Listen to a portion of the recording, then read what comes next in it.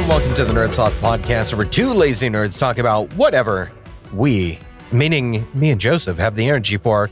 And I am the me I spoke about earlier. My name is Chris. And I'm the Joseph you spoke about earlier. My name is Joseph. Yeah. Thank you for clarifying that. Of course. I really appreciate that, man. What have you been up to this week? What kind of stuff is going on? I've been busy just with work stuff mainly, but don't bore me. No, I'm not gonna talk about work because work is stuff. boring. Okay, so Only otherwise, cool okay, I beat Kingdom 80s, which we talked about on the last episode that you had beaten already, I believe, at that time. So Yeah, because I'm a it. pro gamer. Yeah, Of course, sure. And like aesthetically, great. Mechanically, solid if you like the Kingdoms games, but man, I just felt really like unfulfilled after the fact. Like that's a pretty good way of summing it up, because that's how I felt too. Like, well, could you tell me like why? Because like you've played the other ones pretty extensively, and is there something that this one's lacking that the others had that I don't know? Like, what was it? Challenge. Challenge. The other ones are much harder. Okay. This is too easy. It feels too handholdy. Something this one has that the others don't is this one has a through and through story that you get cutscenes of and everything. Oh, sure. So I was kind of feeling like the very last level should have been pretty dire, like I should be feeling like, this is our last hurrah, right? This is the last ditch effort. This is the one where the kids are clothes are all grisly and, oh man, are we gonna make it? Can we save our parents? It's that part of like, if you're comparing it to a film. And I got through it pretty easily. Yeah. And I got like, another cutscene, and I was just like, oh, okay. I wonder if maybe there's like another part after this. Like, right. Like, is there going to be is now going to be like the hidden thing or the twist? And there's going to be like it wasn't over yet. Here's the hard part. Yeah. But no, then it went to credits, and I was like, Oh. Yeah. I was really let down that it ended so easily. Yeah. And I was just like, I guess it is over. All right, fine. I just felt, like even without really paying much attention to what was going on, like I was able to just breeze through it like, really easily, like you were saying, where like I didn't even understand the point of really upgrading much past like the first level. Like sometimes maybe I'll upgrade the shielding on whatever my side barrier is just a little bit in case I was going to go to the other side and it might be attacked or whatever. But that really never came into play where it was like, oh no, like there's real fear of me losing my town or my setup or whatever. Instead, it was just like, okay, it's the same there was one time where there was an alien monster thing, whatever, that was different from the other ones. And he was like, it was like the big slug ones, but he was walking on two legs instead. And he was slightly tougher. And I was like, okay, maybe that's what's going to really start coming at me from now on. And I never saw another one of those things. I don't know why, but he only came once. And after that, it's just like, okay, just kind of breeze through. Let me just get all these kids, collect all the kids that have like bow and arrows or whatever.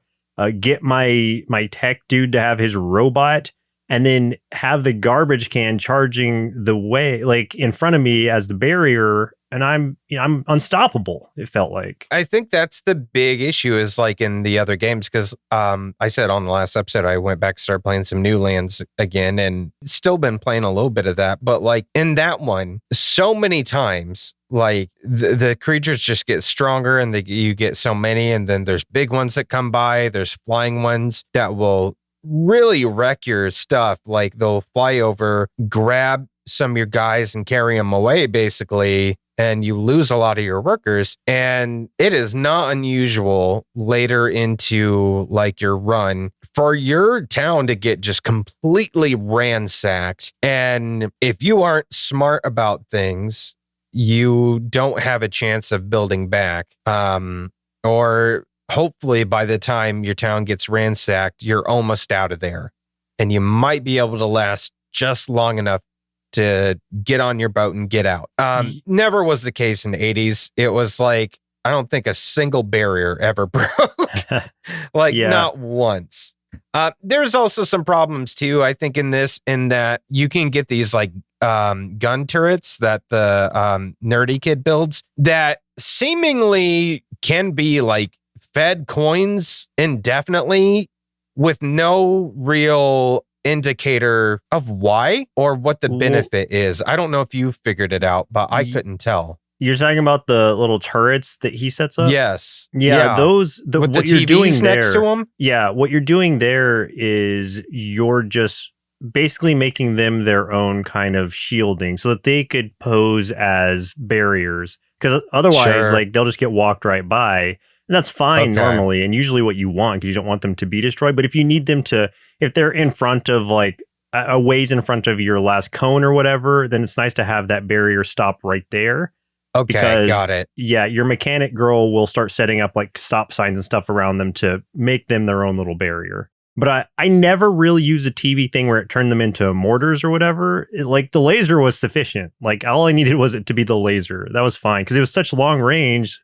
Rarely would anything even get to it. You could keep pumping your coins into it. Like there was no stopping point. I guess I didn't notice that because I thought that I had upgraded it all the way at one point. If you go back in, like, you know, you get it, you got the big gun on top, and the little TV next to it. There, no matter what, there's always a slot for a single coin above both the turret and the TV. Yeah, at all times. That's because that's what it takes to change it from the mortar to the laser. Got it. Okay. So that's just switching them back and forth. See, I never figured it out.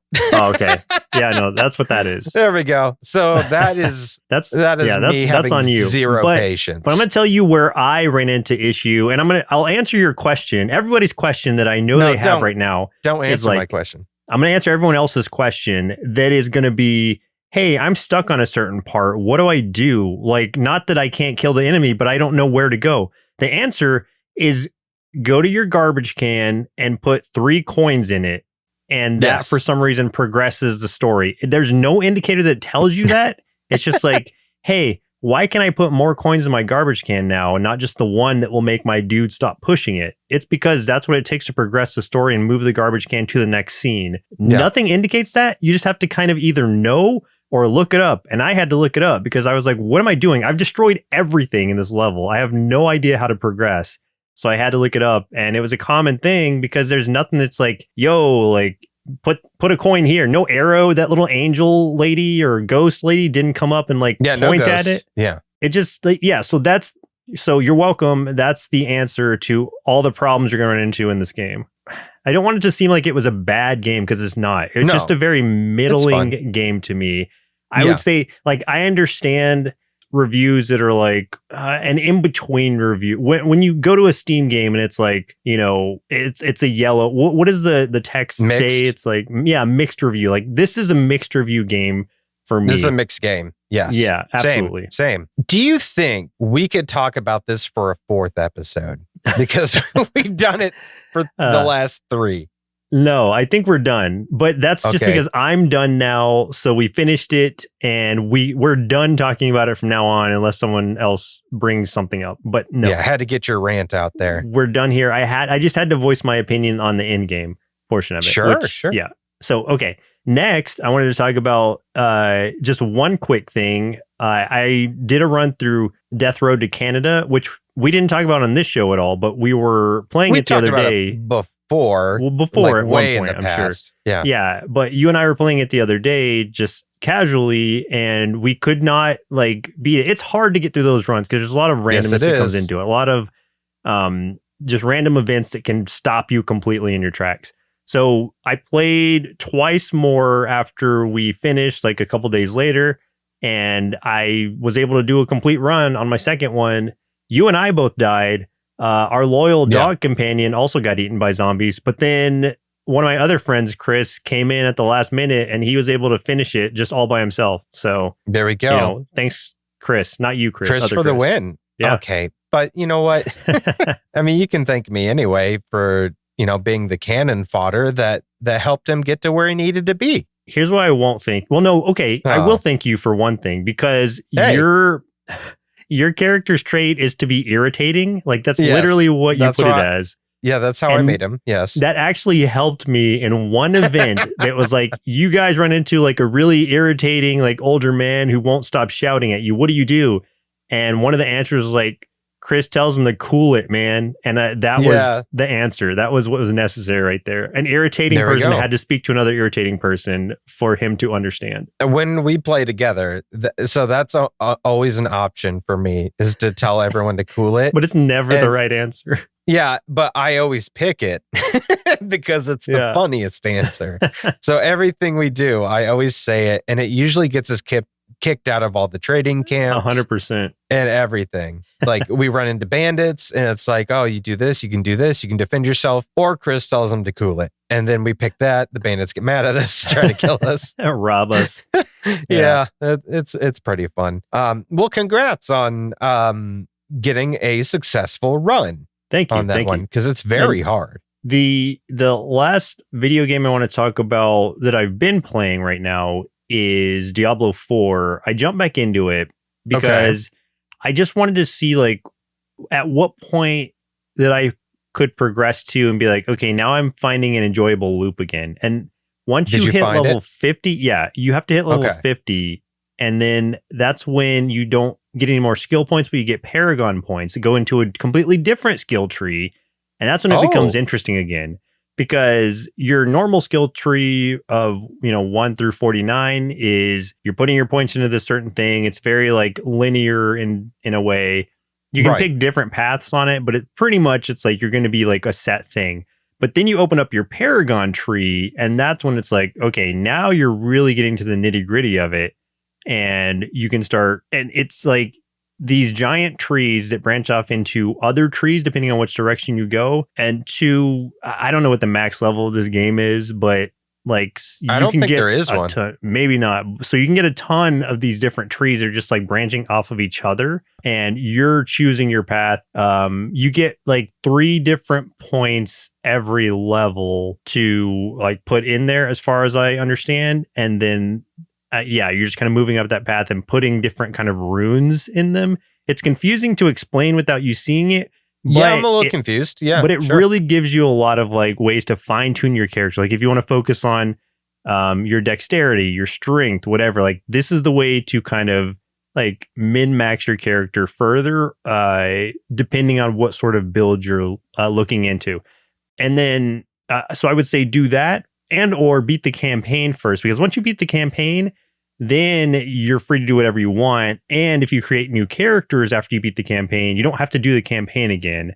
You can literally select like don't do skip campaign, and then you can just basically treat Diablo 4 like an open world, level farm or whatever you want to do with it. Go wherever. So, go wherever, do whatever, do nightmare dungeons, etc. So I really feel like it's one of those games. It's fun getting up to a point, but then you hit a lull where you're like, oh, I just feel like I'm doing the same thing over and over again. And then once you hit 50, it really opens back up and you're like, okay, now it's interesting again. So I just want to put that out there for anyone who's playing and maybe hitting that lull. I hit that wall so hard and haven't played it for weeks, which is surprising. That's another one I feel like. Has it been 4 episodes? We've talked about this one too. Maybe. Yeah. But these are my like wrap up thoughts on these games we've been talking about. I'm going to step back in at some point, but I just I got bored, man. I got really bored, and I was just like, okay. But you know what? I like the story.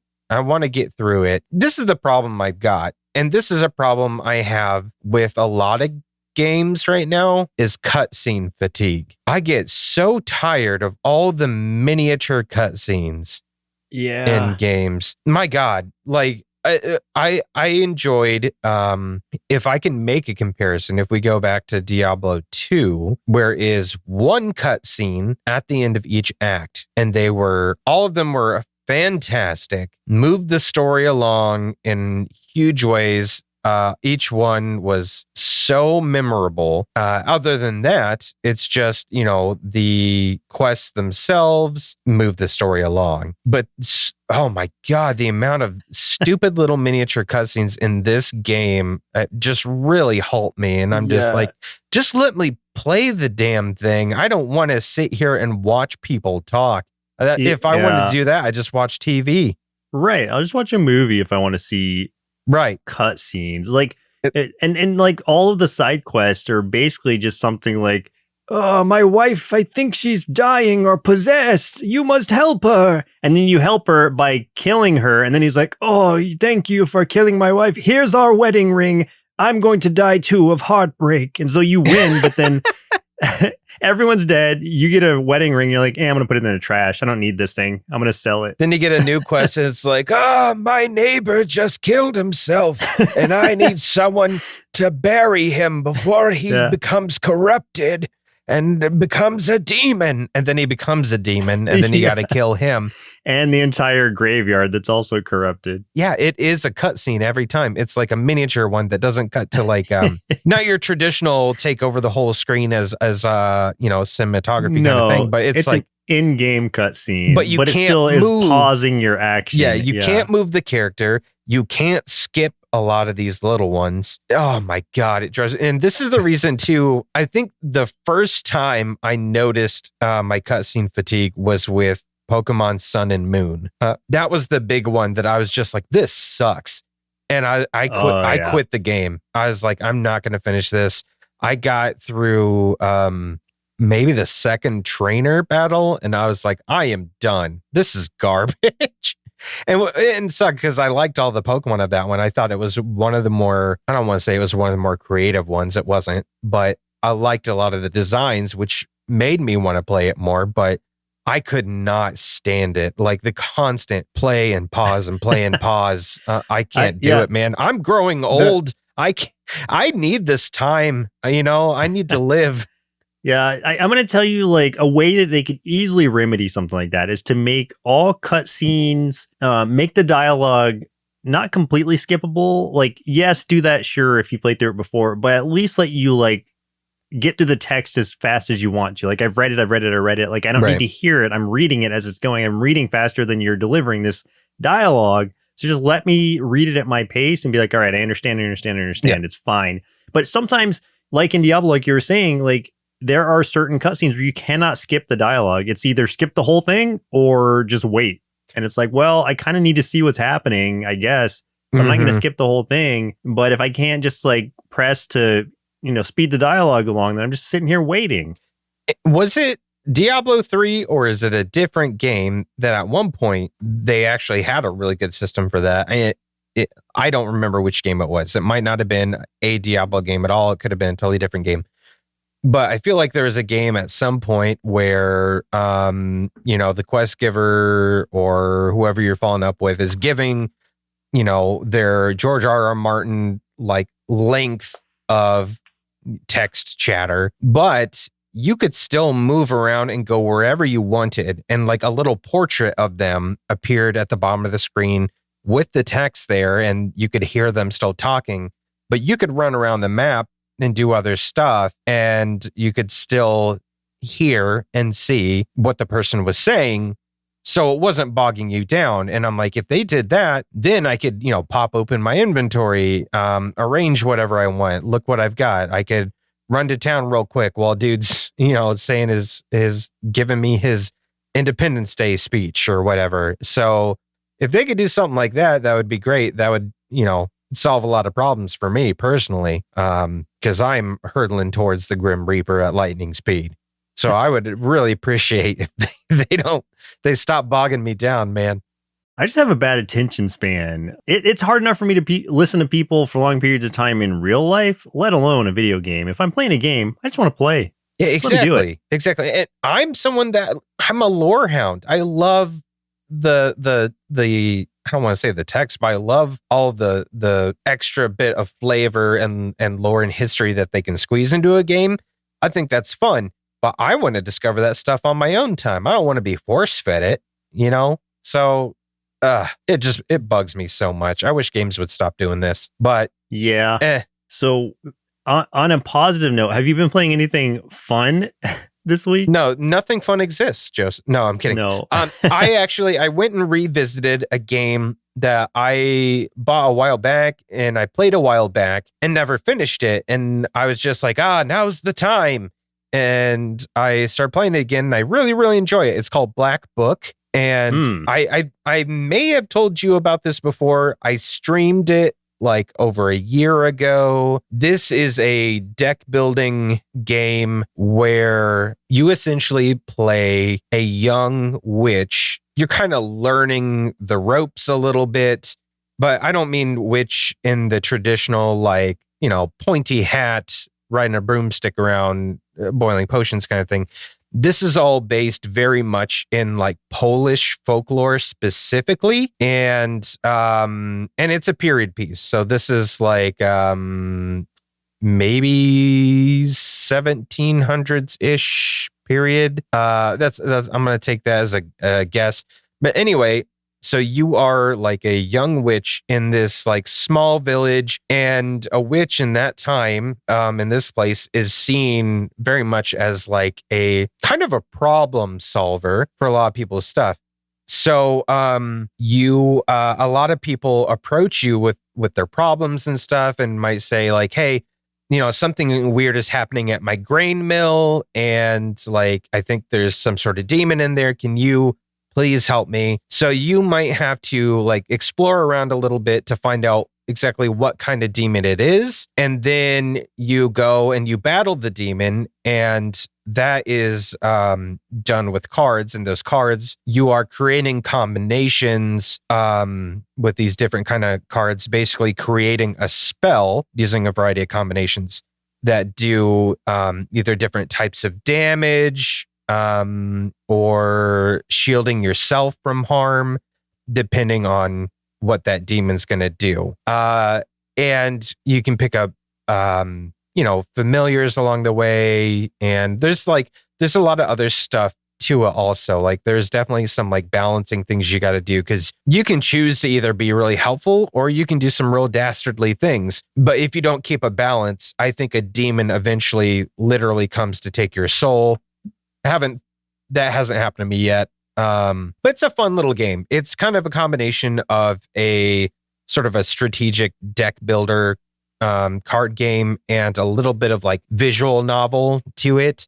Plus, you're really ingrained in like this Polish folklore, which is really fun, especially if you're a fan of like The Witcher and you like the kind of like lore in that world. This is kind of like, it's not that same world, but you'll get a similar sense of it. Like it scratches that itch. So it's really fun. I really enjoy it a lot. And graphics are pretty fun too.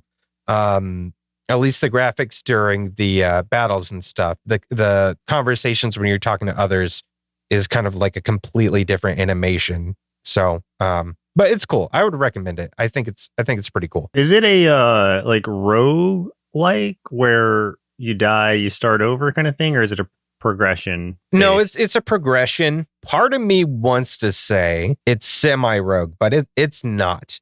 But this is what I will say. I have started over a couple times because I have not built up my tech very well a few times and gotten myself in a couple pickles where I'm like, ooh, there is no possible way I can beat this boss. You prevented yourself from progressing. Yeah, so it's kind of like you can kind of soft lock yourself if you aren't smart about what you do.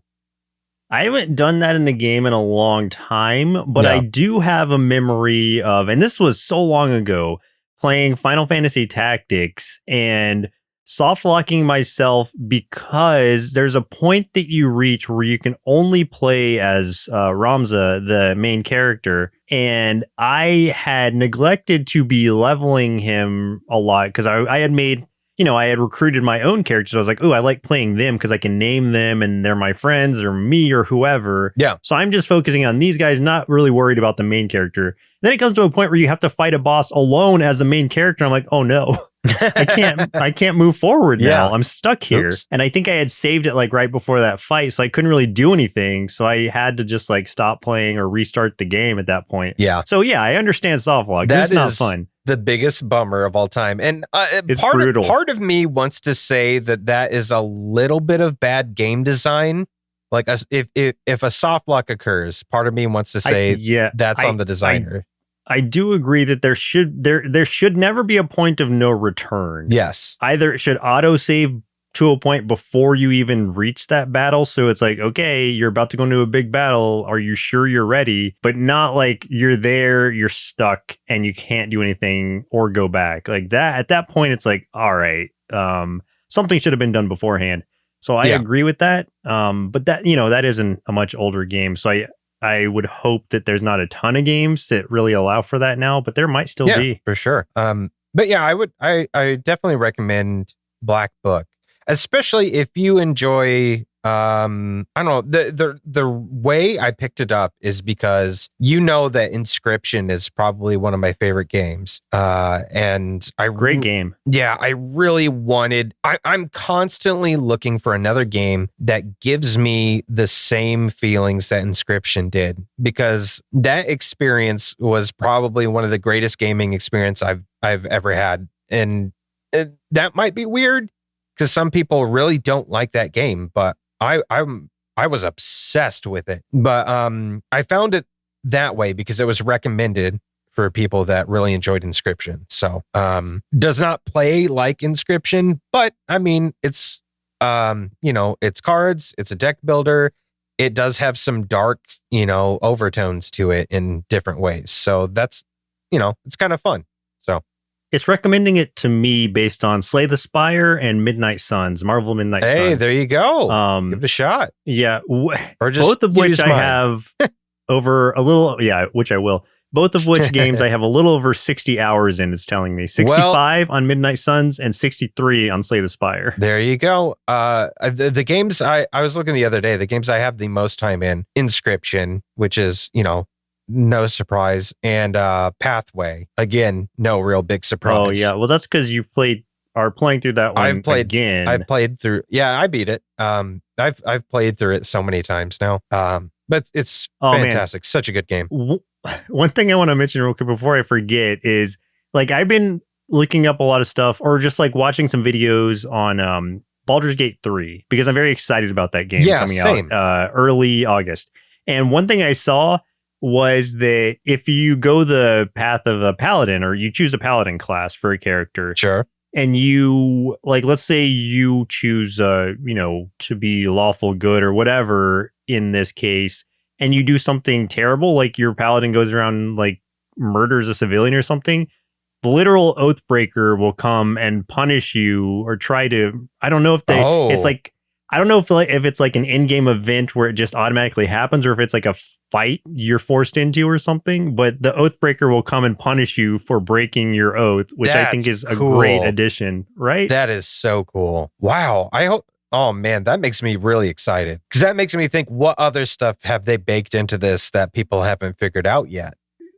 Which, it hasn't even come out yet. So I can only imagine all this stuff. That's why I don't want to look up like on Reddit or something, because that's when people start spoiling things. Like I'm just looking at like really like developers talking about it, because then they're giving like little things and it's like, oh man, I'm so excited because it's going to be one of those like ultimate RPG experiences that I really crave. Just like with Divinity Original Sin 2 is the next closest thing I can think of, which I love that game. That and any game of that ilk are just so great to just kind of lose yourself in that world and get really in-depth tactical combat. That's just so fun. Pathfinder's still pretty fun. I tried one of the Pathfinder ones, one of the more recent ones, and I think it's good, but it does let you choose between like real-time combat where it's like kind of just slows it down a little bit, or like turn-based. And it's like, if you're giving me a choice, I feel like you want me to do real time, and I don't know that I can think fast enough to make those That's like tough. minute decisions in real time. A lot of well, I guess haven't played that much Final Fantasy, but I know some of those do the same thing. Chrono Trigger does that too. So and Secret of Mana. Yes, I think yes. is one of those like action RPGs also, but those are different. Like those, you don't have like a huge plethora of spells to choose from. It's like a few things and then your main attack. But with like Pathfinder, it's very similar to Divinity Original Sin 2, where it's got like your whole hotbar of things you can do. But it's like doing that while trying to attack, while like trying not to die just randomly from these things, and having just, I don't know, like, to me, it's a little confusing. I haven't played that much of it, so I can't say for sure that it's not something I could get used to, but trying to go from one to the other is a drastic change of pace. So I saw that you purchased Coffee Talk. I did not purchase it, actually. That was a gift. Oh, it was a gift. Okay, so I wanted to ask you about that because that doesn't seem like your cup of tea or your cup of coffee. So, but it's definitely mine. So I was just like, okay, well, I will now play it since it's in our thing. But I was just like, I wonder what possessed him. But it was a gift. Okay. Yeah. I don't know if he wants me to call him out, but I'm going to. That was a gift from NX Gamer as a thank you for Cartoon Boom, as kind of like an exit gift. Yeah. So that was really cool. So thank you again. That's least awesome. You will play a ton of it. I will play it at some point. Yeah. Because I have been interested in that. It's just not my pace of game usually. But if I'm looking to chill and just play something like that, then I'm all in. I've been looking forward to this game so much. I had added it on my Game Pass for a while, and then I just never ended up playing it. But now that it's in our Steam library, I'm all over it. Yeah, NX Gamer, thank you once again, sent me a gift as well. He sent me Road 96 Mile Zero, which is the prequel to Road 96, which is a really great game, one that I kind of obsessed over for a while. I did lots of playthroughs of, you guys, if you want, you can watch my entire playthrough of Road 96 over at the NerdSloth YouTube. But he sent me the prequel game, which I'm very, very excited about. So I'm going to jump into this here pretty soon. Looking forward to that for sure. Nice. Yeah. So thank you very much to NX Gamer for sending us those lovely gifts. You know me, like I don't like to watch trailers usually. Never met because well, I don't like to watch. Okay, so assuming you never met me, I don't like to watch trailers really because like I've had way too many things spoiled for me, and I like to go into things blindly.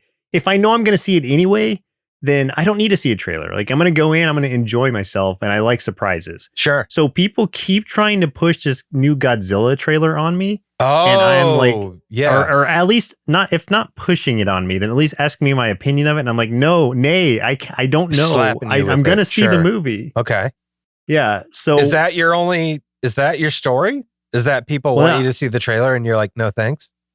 I just want to say, like, let yourself be open to surprise is all I want to say. Like, because once you watch one trailer, another one's released, and then another one, and another one, and then you've watched like the half the movie before you even seen it, and that just like kind of robs you of the experience, in my opinion. There you go.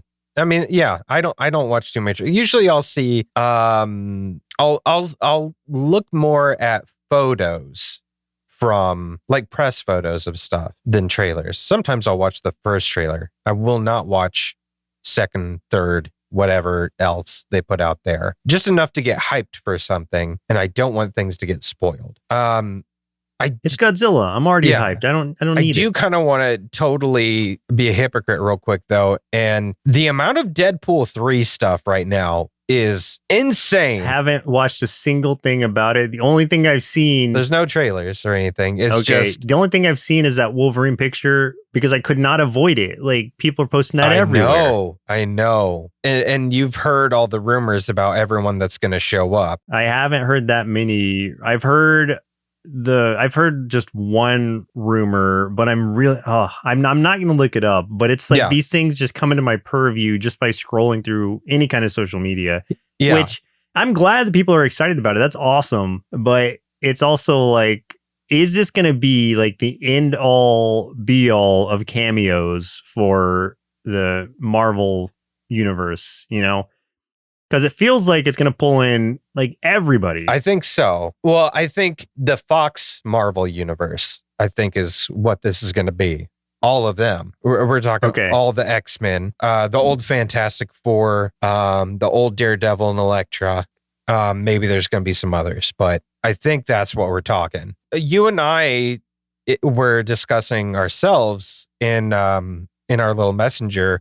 We were just is this going to be Deadpool kills the Marvel Universe, but the Fox Marvel Universe? Pretty sure that's what they're doing. I'm taking a guess.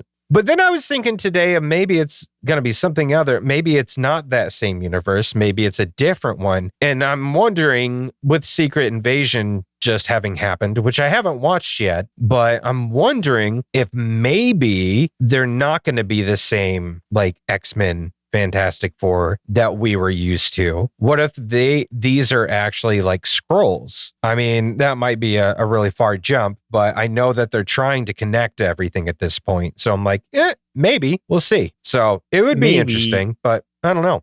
I'm going to see it. I don't need to be convinced. I appreciate that Wolverine is wearing his yellow and blue suit finally. At least give it to us this one time, because I don't know that once it goes over to Marvel, or once, Marvel actually recasts and starts their X-Men universe, if that's ever going to happen again, Yeah, so don't know. It's cool as a swan song to, Fox's version, whatever. We'll see how it goes. I don't know what they're going to do, to be honest. Do you think they'll pull something like they did in... oh gosh, which one was it? Where Doctor Strange, Multiverse of Madness, where they bring in Professor X and they bring in Reed Richards and all that. Absolutely do. Absolutely. Yeah. I think it's going to be something like that. You know why? I don't know if I want to share this because I don't want to spoil. Well, I don't want to give a potential spoiler because I don't know if it's true. But there's another character that I heard is going to be heavily involved in this movie that I would not have guessed would be in this. And that makes me think that, yes, there's going to be some dimension hopping for sure. So I do think so. I think it's going to be very much like that. This is the question I do want to ask, though, because it sounds like, just hazarding a guess, a lot of the Fox characters going to be in here. From what we've seen and what I've heard, it seems like we're going to get a lot of comic accurate depictions of all of them as far as like their looks and everything like that. Does that bum you out at all if we get that just to only see them get killed off? Not if I'm already expecting it, you know, like, and I kind of am. I know it's not an X-Men movie. It's not, or whatever. It's a Deadpool movie. So anything goes in that franchise. Good point. So yeah, I think it's just going to be a nice nod to it, because maybe it'll be one of those things where like, if we saw it too much, it would start to wear on us. We're like, oh man, I wish they'd go back to the leather suits or whatever, Right. I don't think I'll ever hit that point, but I just mean maybe just small spurts of it will be enough to be like, oh, that was really cool that one time that happened. Sure. I don't need it to be in my face all the time. So I think like, yeah, it'll be fine. I'm not worried about it. Yeah, man, I wish they would go back to just the really bad CGI adamantium claws. Dang, I miss those days. Miss those. Yeah.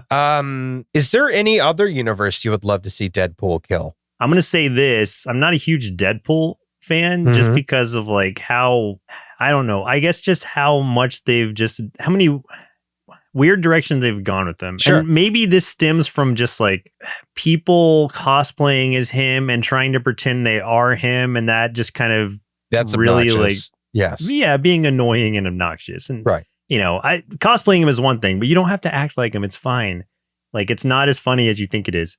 But so I'm not a huge fan of just the character, or I just am not interested in the character as much, unless we're talking like Deadpool and Cable and whatever. Like that was so long ago now, but that's like my frame of reference for like good Deadpool experience. I don't know what he's doing now, honestly. But I don't necessarily need to see him like kill any more universes or whatever, because they have like that's a thing. That's a comic thing that they are doing more frequently now in one way or another. Like they also have Bebop and Rocksteady like destroy the universe or something like that. Yeah.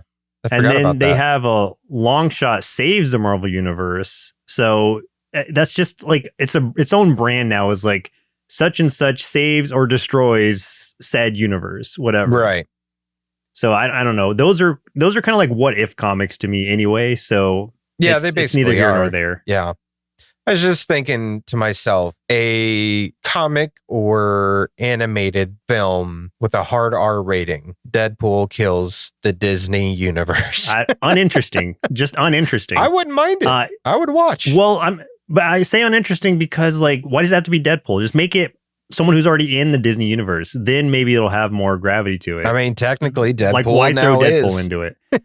Why throw Deadpool into it, though? I just mean like an actual, like, I don't know, like, give me like Mickey destroys the Disney universe. It's like, oh man, now I'm intrigued. Okay, now that if Mickey takes his heel turn, and, oh man, give me a Roger Rabbit destroys the Disney universe. God. It's like, oh, he's back in Pog form. What if he turns? That I'm into that. But I don't even know. It would be a total accident though, and that would be the great part. It's him just accidentally destroying everything, just like bumbling around. Totally unfortunate chain of event killings of like every major Disney character because of Roger Rabbit. Like he just constantly keeps accidentally killing everybody.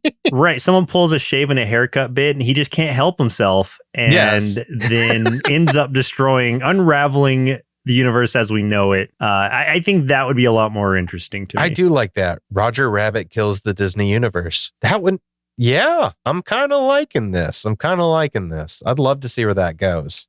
What if we had one that was like I'm trying to think of like 80s or just like Saturday morning cartoons. Like who would kill that universe? Like which one who would kill the Saturday morning cartoon universe? Yeah. Okay. Either accidentally or intentionally. Oh man, that I'm trying to think because my mind automatically is trying to go to some villains, but I don't want to shoehorn anybody.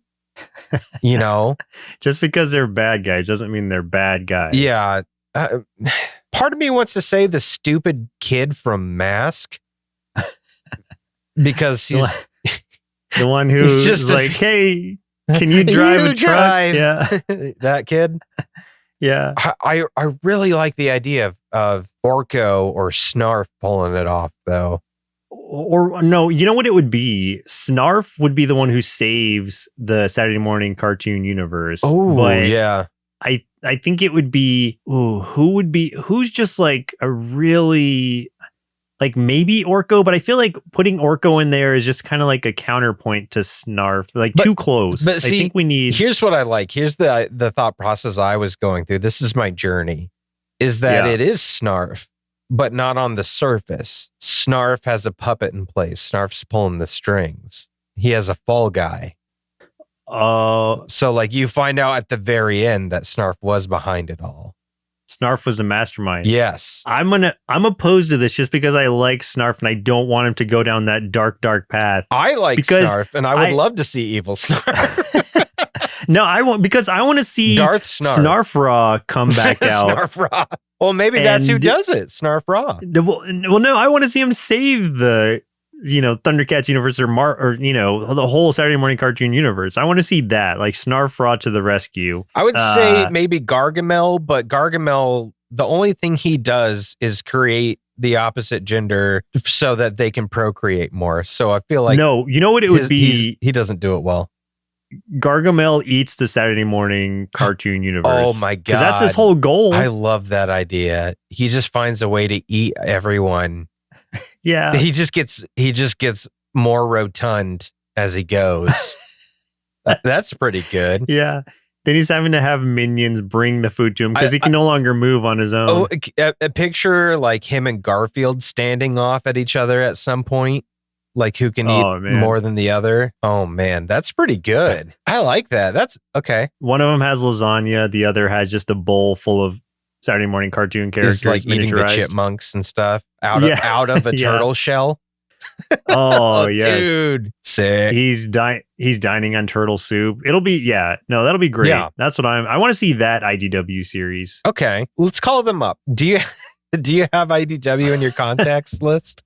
I do. Yeah. Okay. Let me give him a call after this and be like, hey, I've got an idea. Hey, stop the presses. Don't worry. We've got this, IDW. We know the next big thing.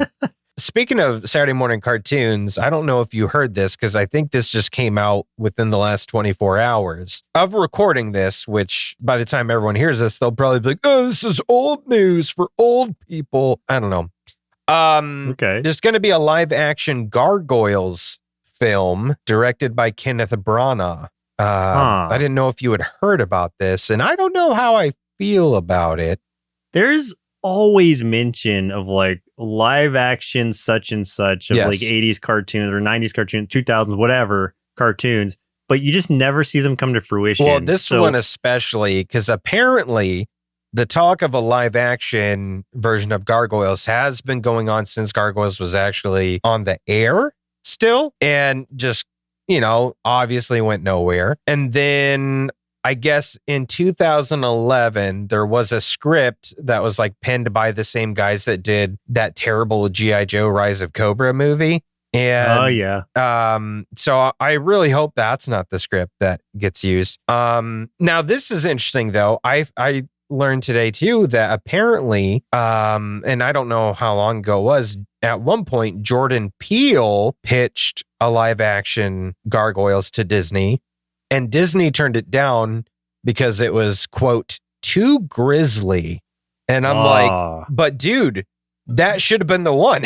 That's the one. Yeah, you can only tone down Gargoyles so much, especially if you're going to go live action. I need to see some awesome like fight scenes like they have in a cartoon. And I guess like my one request is if they do make this, like, please cast Keith David as the voice of Goliath, because you have to retain that voice. That would be great, but I would be willing to bet money it doesn't happen. If anything, I bet he gets a cameo for something. Like he's gonna voice a prominent gargoyle leader in a flashback. That's I would put money on that.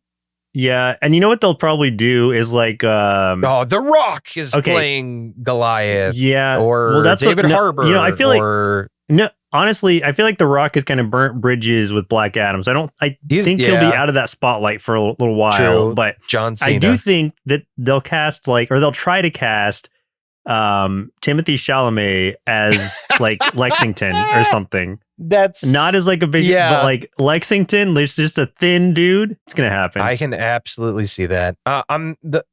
They'll try to get like John Cena, and they'll go for all A-listers. But I mean, it's not like we're gonna see him on the screen anyway, right? I don't know. Oh yeah, I'm sure they'll go all CG. There's no way they're gonna go practical effect or anything.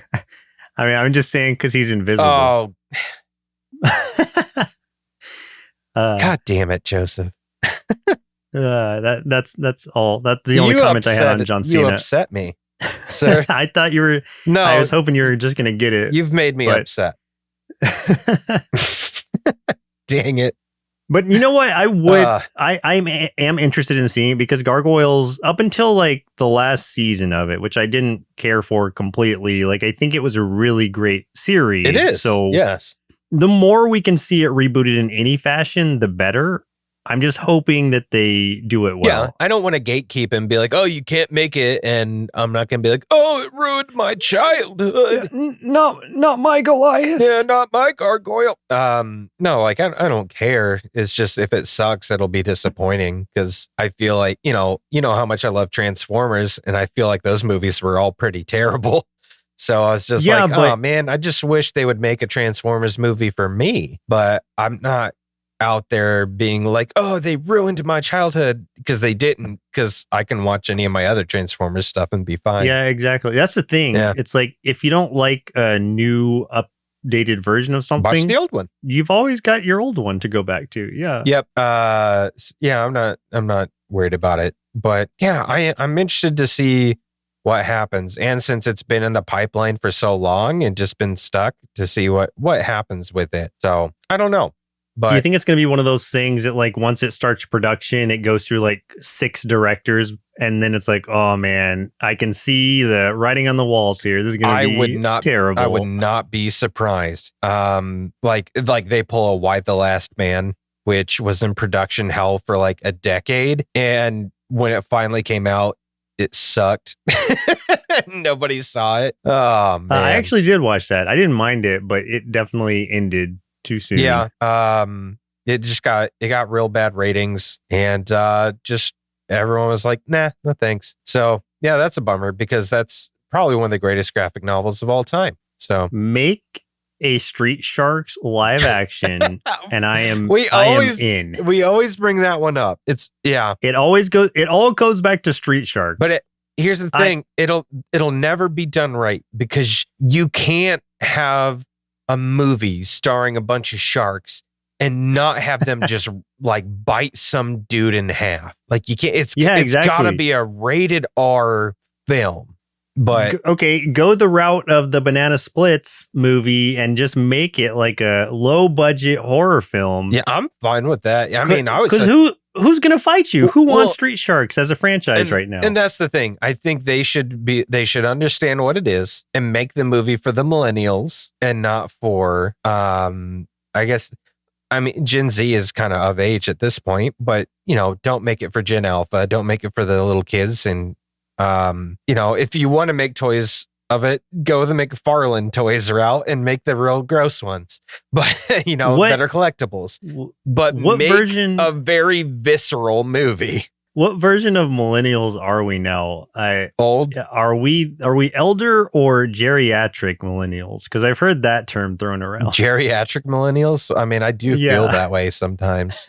So I don't know what window we fall in. I don't know. But we are on the older cusp of millennials. Like, you and I are some of the oldest millennials you could be. It's true. I think I've heard us referred to as Zennials before, where we're like so close to being Gen X, but we're not. So like Zennials with an X. Yes. Not a Z. Yes. Yeah. Okay. X. That makes sense. Yeah. But until even when I'm in my deathbed, I will still be fighting to get Street Sharks made into something. Yeah. Like that. What do you think we could just like buy it from somebody for like $5? You have no idea how much I've thought about that. I'm like, you know what could that even be worth at this point? Like, nobody, right? And I feel like nobody's asking for it but us. Nobody but us wants it. Nobody wants it. We need that. We need to get Turbo Teen. These are just properties that nobody's gonna do anything with. Yeah, they're just out there in the wild. They might even become public domain after a while. I'm not sure. And if it does, the statute on that is. If it does, we're kickstarting something. We're gonna crowdfund some cool stuff. Yeah, because I need to see a teenage shark bite a crook in half and then dive under the asphalt and swim away. Yeah, that would be amazing. I don't know who we need to talk to, but we need to find out, and we need to get these properties for ourselves. Who would be the best director for a Street Sharks, like a hard R Street Sharks movie? Because you would have to get someone of our generation, right? I would think so. To really understand. I mean, my default, and I don't want it to be this person, but the very first thought that came to my mind was James Gunn, just because of his background in horror. But I feel like it needs to be someone else. I think we need something fresh. He just does have such a good eye for things that we like. So yeah. I'm not opposed to that at all. Well, and I was thinking about his background with trauma specifically.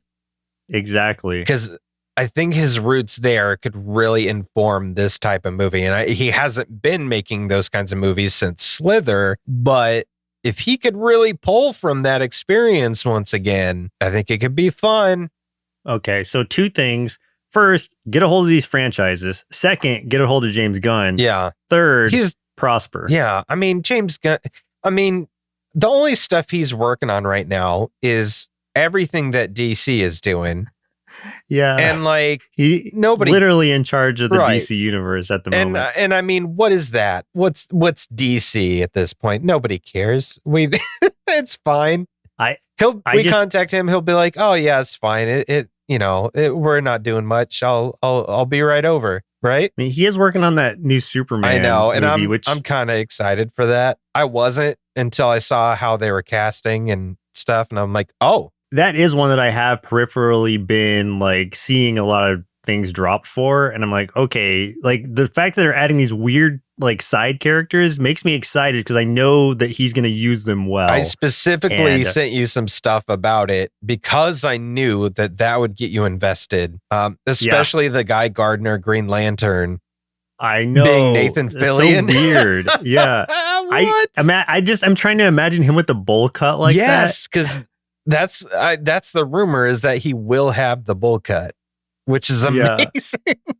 That's so good. It's gonna look so gross. I just feel like if anyone is gonna know how to handle that, it's James Gunn. So I'm all for this. He can completely be in charge of our Street Sharks reboot. I give him the keys to the kingdom there. And just let him put our dreams together. Let him bring them to life, because I think he really can.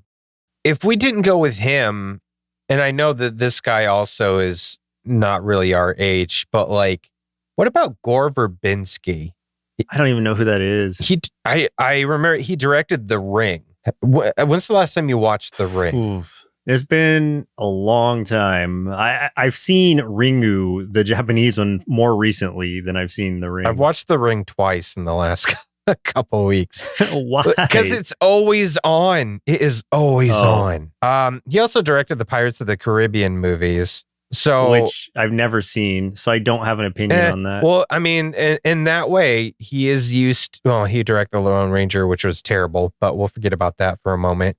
But since he's did the good Pirates of the Caribbean movies, I mean, there we know, like, he has an eye for monsters and CGI, like, creatures and stuff like that, which is something we'll need.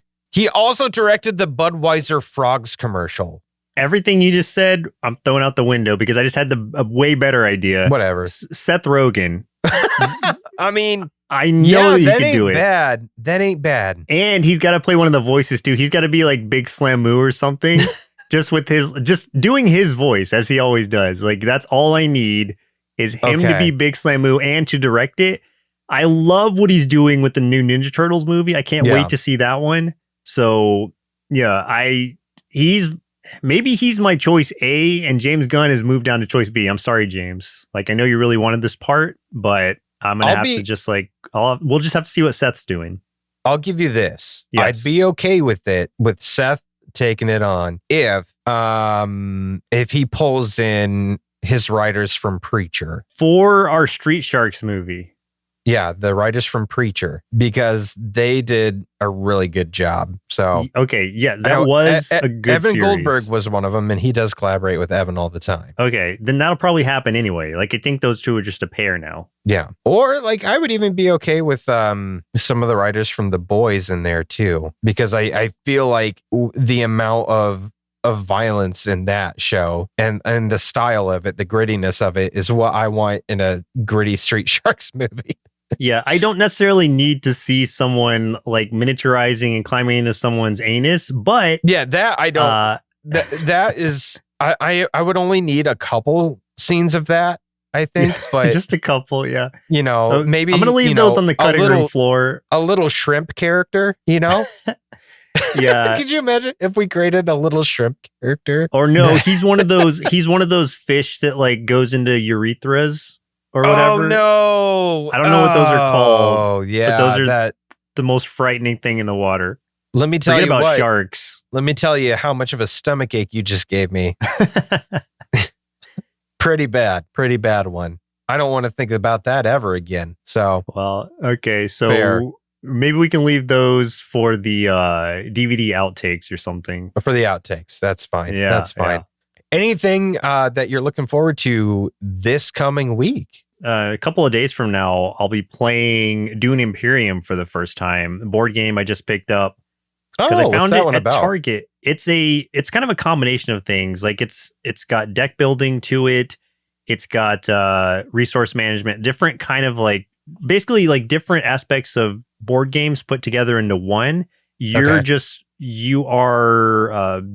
choose whatever house you want to play as, and you're essentially fighting for to be the primary house, and I don't know, get the most salt from Dune or whatever, just to be the biggest house in that universe. You can go either a combat route, you can go through diplomacy. There's multiple ways to win, which I love those sandboxy types of games. So I'm super excited to try this one out. I ordered the expansion for it already just because I heard that that's like a must-have to get like a real full experience with it. So yeah, that's what I'm looking forward to in the immediate future. Cool. Yeah, I don't really have anything planned out necessarily because I'm starting work again this next week. So I'm going to have to pace myself and see what's going on.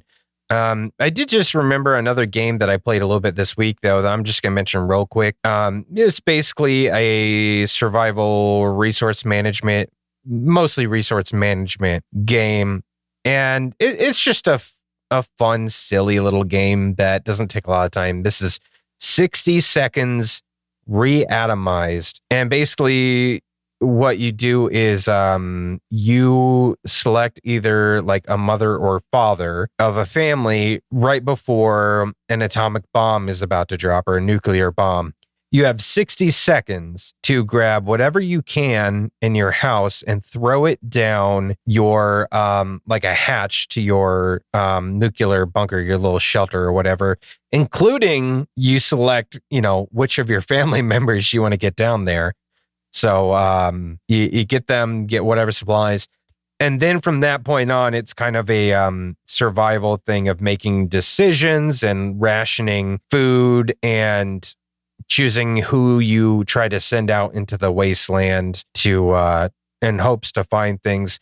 So if you've ever played like Fallout Shelter, it's a little bit similar to that, but I would say Fallout Shelter has way more stuff to do. So this is just kind of a fun little roguelike sort of thing. And I think I would say the only caveat is it has way too much reading involved. You have to read so much stuff, and that gets a little hectic. But I mean, it was just kind of a fun, silly little thing that I played a few times just to kill some time. So if it sounds fun, give it a shot. 60 Seconds Reatomized.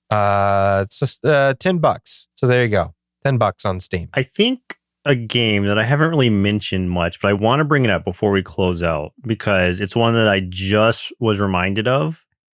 Salt and Sanctuary is an awesome, or Salt and Sanctuary 2 even, is an awesome like 2D Souls-like game where the graphics are pretty simple, bare bones, but the mechanics of that are so fun, and I really enjoyed like the class system, or basically like you're making your own class as you go through and getting different items and stuff.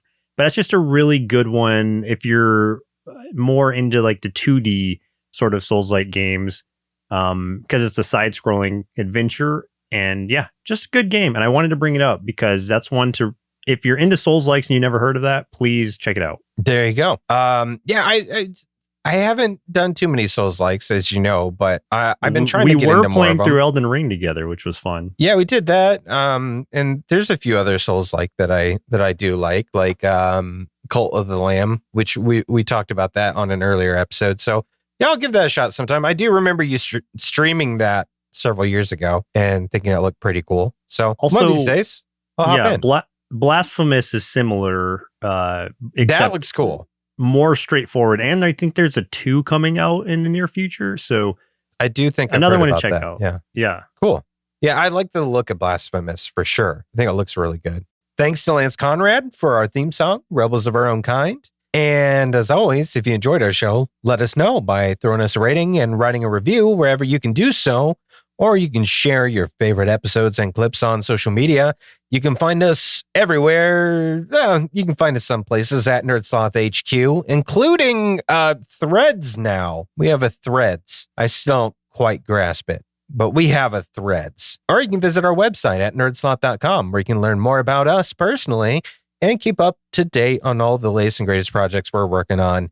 You can also find a link to our merch store and info about our active Discord community and our Patreon, where you'll find hundreds of hours of bonus content from all the various NerdSloth projects. And don't forget, you can email us, and now it doesn't have to be plural. It can just be podcast@nerdsloth.com, because it's so hard to say the plural. Oh, yeah. podcasts@nerdsloth.com. Well, now either one will work. Either one works, but I'm just going to say podcast@nerdsloth.com because it's easier for me to say. Email us. Let us know some things that you might want to hear about. And if we actually have anything to say about it, maybe we'll talk about it. That's it for us. My name's Chris. I'm Joseph. Help us buy the Street Sharks, please. And tell us who you think should eat the Marvel Universe. No, the cartoon universe, the Saturday morning cartoon universe. Well, I know, but why can't That's that who's one get eating. eaten too? Like, it's already been saved and destroyed, so why Okay. not eaten? That's a new thing. I mean, I'm putting it Galactus. out there. Galactus is going to eat it. Oh, dude, that's perfect.